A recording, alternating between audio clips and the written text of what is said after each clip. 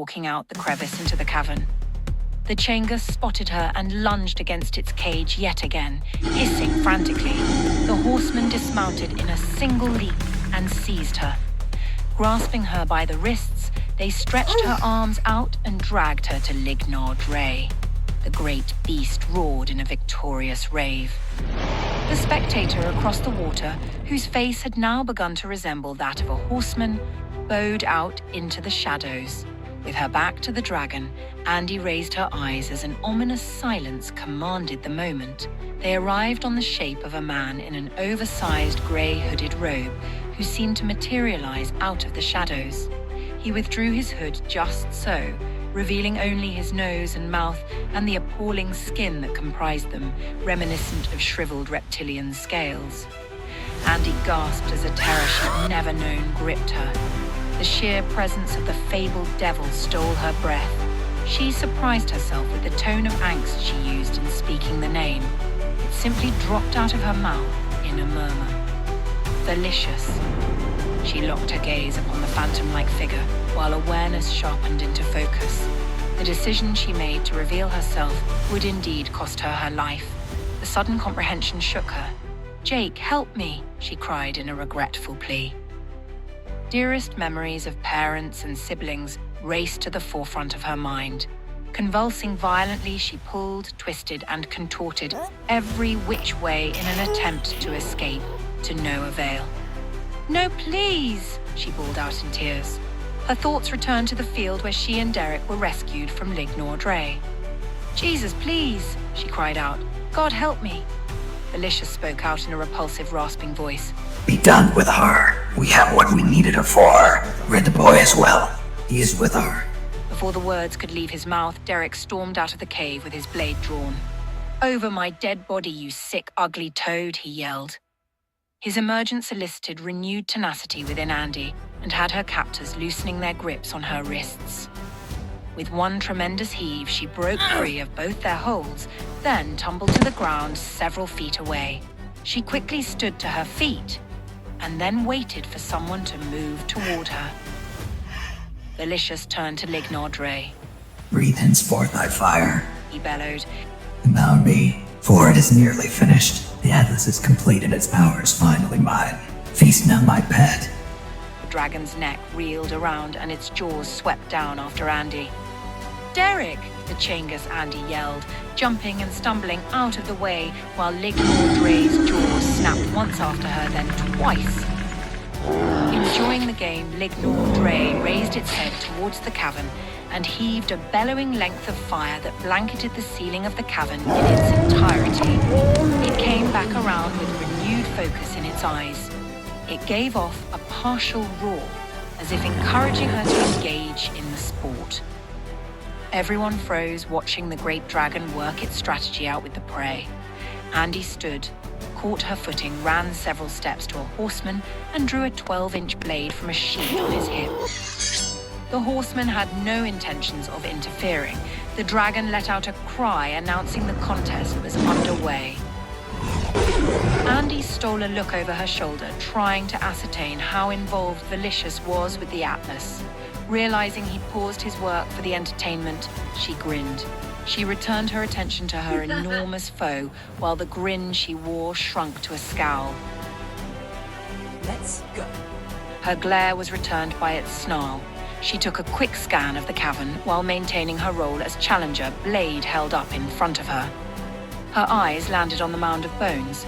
The insignificance Delicious held for each of the lost lives tore at her. Her eyes arrived back on Lignar Dre. She felt the rising pressure of her gritted teeth as her thoughts swam to a recent place, one in which she felt insignificant.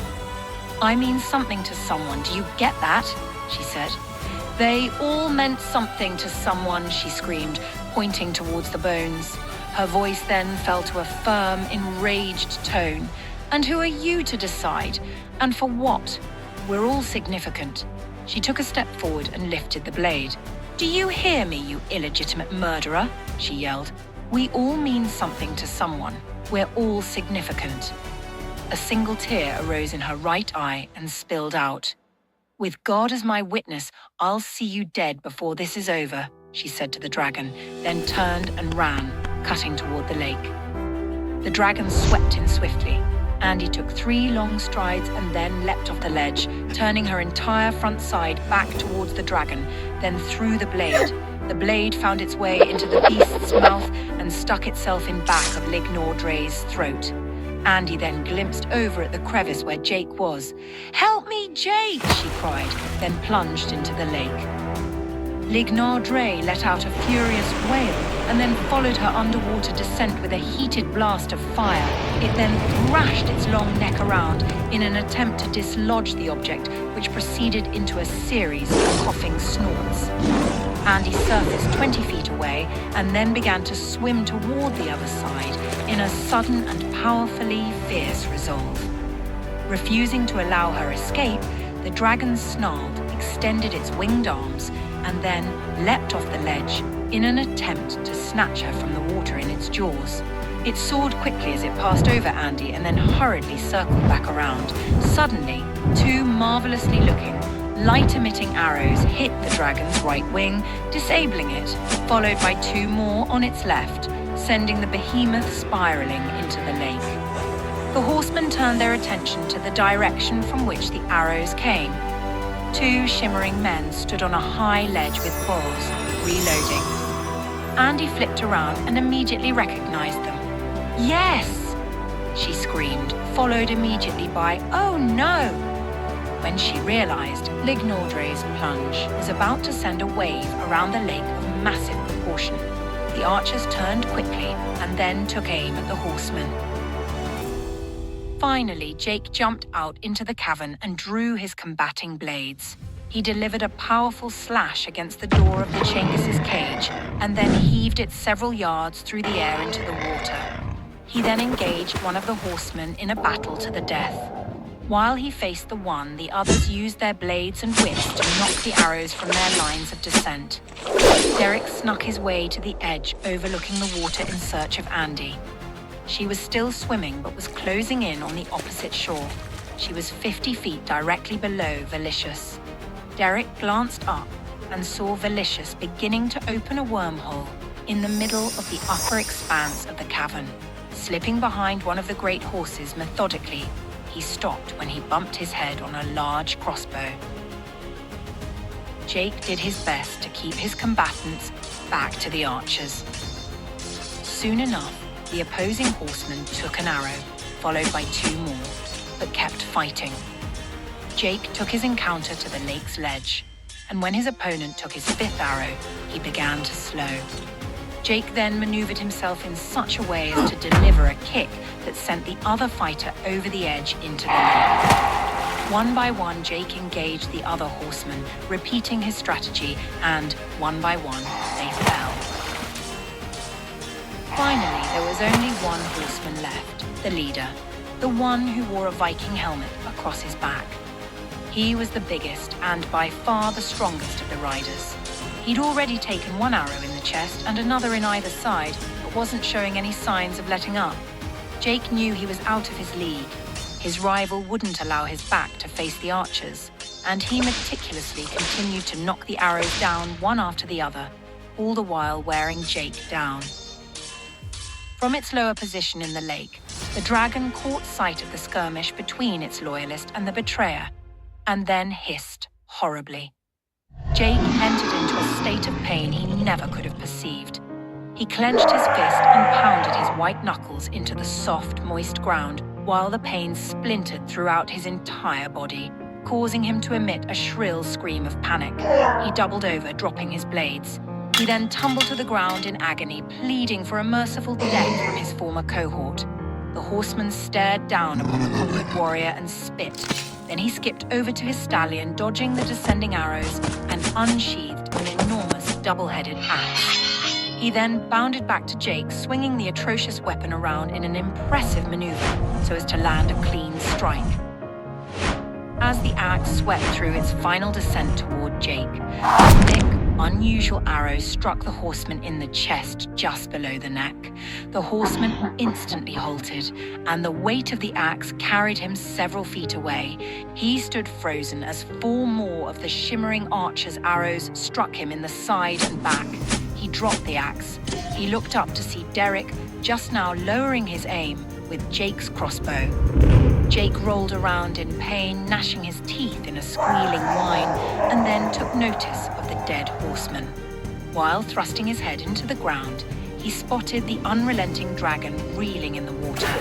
Jake unsteadily stood to his feet and screamed through his agony. You lose, you little... But was cut off by a shrieking roar from Lignor Dre. The Cengus had finished with the horseman, now evidenced by several floating limbs, and had loosed its fury on the dragon. Lignor Dre whirled around and then began to sink, hissing and screeching. Belicious had nearly completed the gate.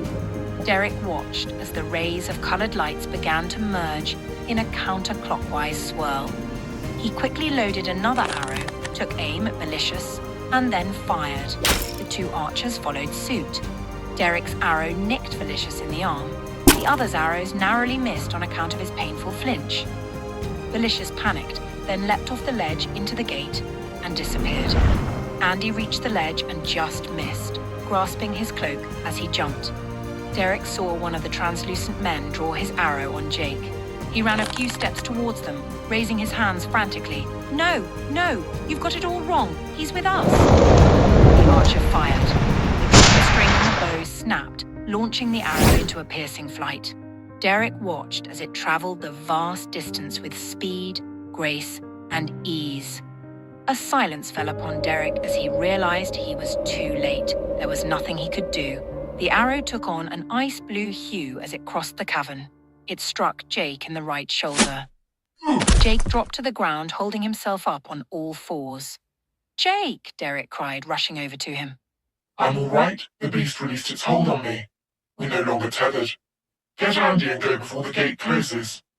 Where's the arrow? We've got to get the arrow out right away. Arrow? He asked. I'm afraid I don't know what you mean.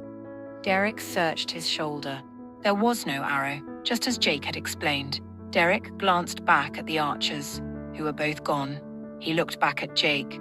Jake, your face, it's changing. Some of your skin is coming back. That's great. Jake felt his face and found lips had begun to reform. He immediately took a fleeting look toward Andy, but when she stepped to the ledge Belicious had just leapt from, looking back at the two of them, he quickly hid his face from her, glancing down and away. His eyes shot to and fro as he considered the ramifications of what was happening. For the first time in months, he generated a happy thought. I'm released, he said to himself quietly. My God, I'm released. A droplet of water splashed onto his arm. Another followed. He paused for a moment, recalling the feeling of, tears, Derek, oh my God in heaven. He heard my prayer, he said, now sitting up with hands in his face, beginning to wail in a joy long forgotten. The film over his eyes started dissolving, leading to a burning he was no longer familiar with. Instinctively squeezing his eyes shut, he was surprised to find he had developed transparent, thin membranes, returning as eyelids with which to blink. All at once, what began with a moment of enlightenment ended with a titanic resurgence of emotions. His blubbering continued as he tried to iterate his matter to Derek, who was so amused with the display that he just watched endearingly with a grin. Derek, Andy called, is everything okay with Jake? He's fine, Derek answered in a laugh. The berries, do you have them? Derek looked at Andy incredulously. You gotta be kidding me. I don't know where they are. Come on, let's go. Andy turned around and saw a glassy sphere loaded with strategically placed jewels, all connected by white, almost indiscernible mapped lines. It was the Atlas. It sat on a rock-carved table just inside a passageway off the ledge. She began walking toward it in awe. It was beautiful. The line's white shimmer had Andy thinking in terms of controlled lightning, only on a much smaller scale, as in delicate thread. As the light passed through each particular gemstone, it emitted a brilliant glistening, which gave off the overall glassy effect. The other end of this is what we must have seen in that room, she said to herself. I bet he created a window here for that horseman to travel through in order to get to that horse. She raised a cynical eyebrow. Too bad it won't be there, she chuckled. She took a closer look at the gorgeous glimmering stones without getting too close out of respect for the white, vibrating lines. He doesn't have absolute power if I take one of those stones, she thought to herself. She took another step towards the atlas, then tripped and fell. She sat up and then rotated around to see what it was she'd kicked. It was a small bag. She tipped it toward her. Derek helped Jake to his feet. Jake studied Derek's eyes for a moment. So you're the one. Come again? I used to pray you'd never show up.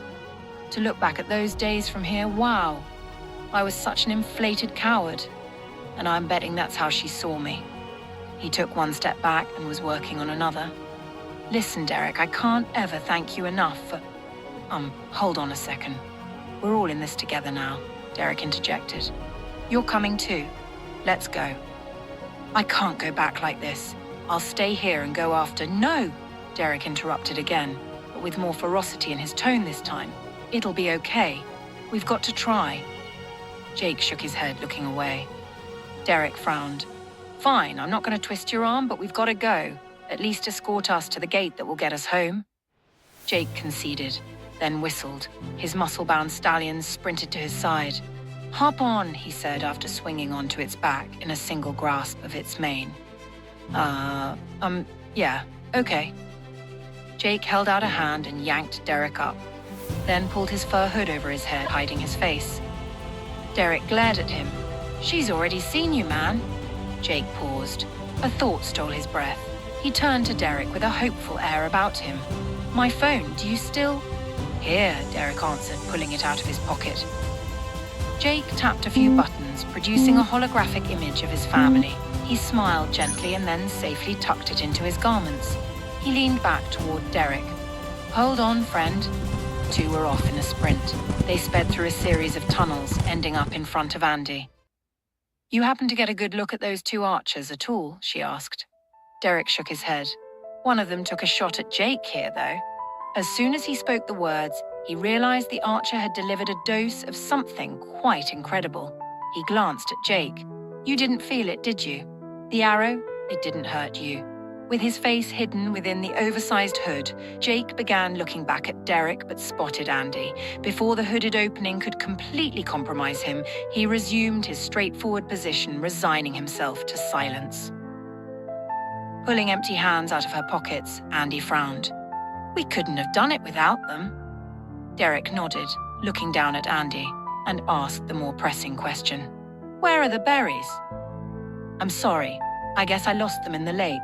She stepped up to Jake's leg and patted his knee. Jake, thank you so much.